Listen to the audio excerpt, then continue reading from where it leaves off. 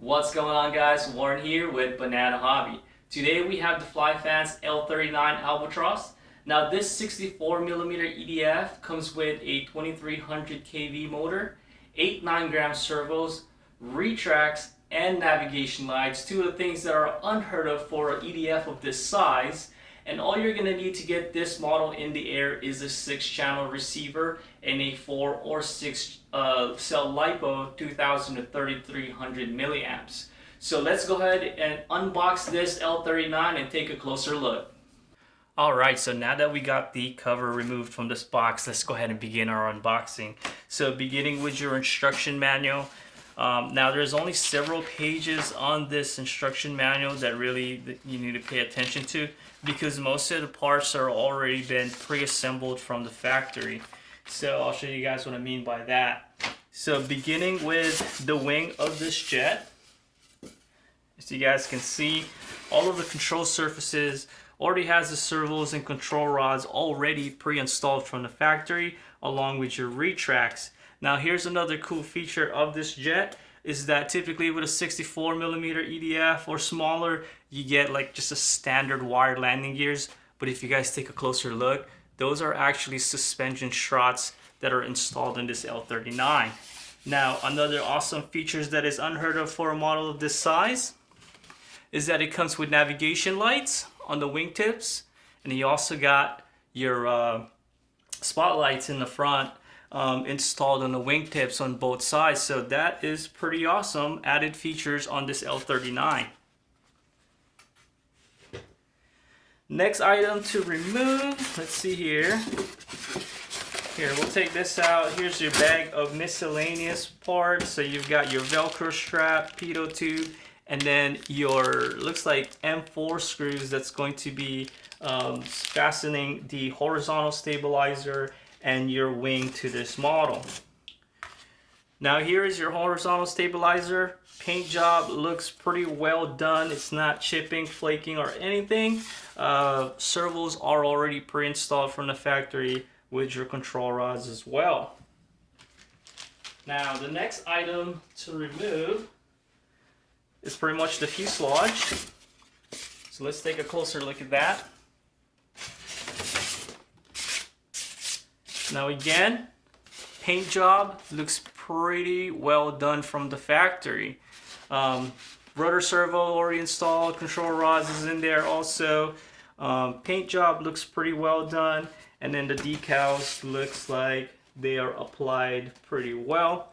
Your EDF hatch is back here. Simply remove the 2 screws and then you'd have access to your EDF, and your ESC is also mounted inside the ducting right by the intake. You do have a pretty cool scale pilot installed in this jet, although you don't have a control panel sticker or anything like that on the cockpit. So not too bad, honestly, for a 64mm EDF. That's not a big issue. So let's take a closer look in the hatch to see how much room we have for a 4S to 6S LiPo. So as you guys can see, ample room in the battery hatch, and I'll show you guys here in a second. I have a 6S 3300 milliamp LiPo, and just take a look at how much room that you actually have in this battery tray, and you can still maneuver this around to achieve CG.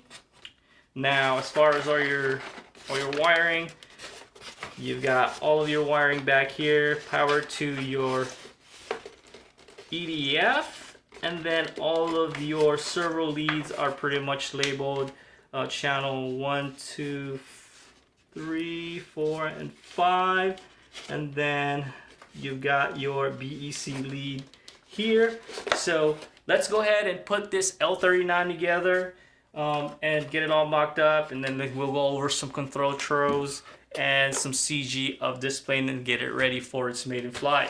Alright, so now that we got the L39 on a plane stand, we can go ahead and begin our assembly. So the first thing we're going to do is install the horizontal stabilizer. So on your tail section, you've got 2 servo leads. Not sure if you can see it on the camera, but they are locking servo leads.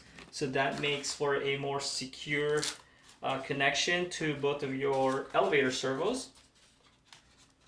We're just going to go ahead and plug these in.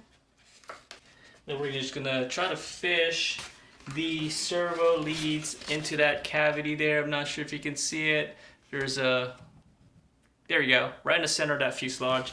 There's a little cavity there. We're just going to try to fish the servo leads in there and kind of get it tucked in and out of the way. So now all you're going to need is a 2.5 millimeter driver, and we're just going to put our bolts through.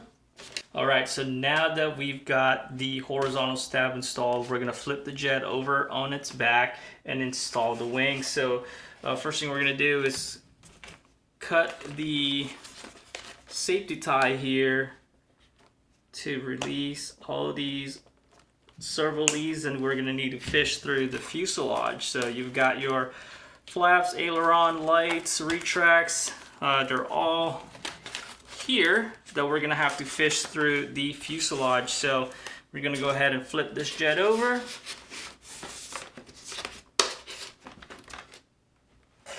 Alright, then we're going to basically route all of our wires going forward. Just kind of fish them through.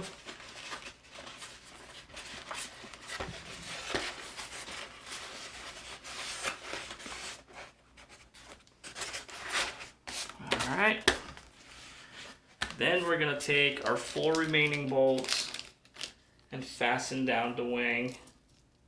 Looks like they included an extra screw in case you lose one. Alright, so now that we got the wings bolted down, horizontal stab is bolted down, we're going to flip this plane over. And then begin our receiver installation. So the receiver is going to sit right back here, about where the leading edge of the fuselage is. So I'm going to go ahead and install a receiver in here and then go over some of the programming of this L39. Alright, there you have it guys, the complete unboxing, assembly, and setup of the new Flyfans model, L39 Albatross. Now take a closer look at these navigation lights on this jet. Now this is something that you guys typically will not see on a model this size, along with the suspension landing gears. Take a look at how much suspension you're getting out of those struts. And then also another feature that you normally would not see on a 64mm jet is these retractable landing gears. Take a look at that. Isn't that awesome? Alright, so now let's go ahead and cover some of the setups that is required to get this jet in the air. So beginning with our control throws. So on low rates, measured at the wingtip side. So for low rates, you're looking at 5mm of deflection, and then for high rates, 14mm. Now for your elevator setup, on low rates, 5mm, and then 13mm on high rates. Now for your rudder, 26mm on low, and then 26mm on high. For the setup on your flaps, it's going to be measured from the wing root side. So for takeoff, it's going to be 12mm of deflection, and then for landing, 22mm. Now for your CG per the manual, it's going to be from the beginning of the wing root, right from the leading edge. So that's going to be 90mm back from that set point. Now, as far as battery position, so my 6-cell 3300 milliamp LiPo, you guys can see it. It's pretty much, so the beginning of the battery is about halfway in the battery tray compartment, and it's CG perfect at 90mm from the recommended CG point from the factory. So this jet is pretty much ready for its maiden flight. I will see you guys on the runway for that maiden flight video.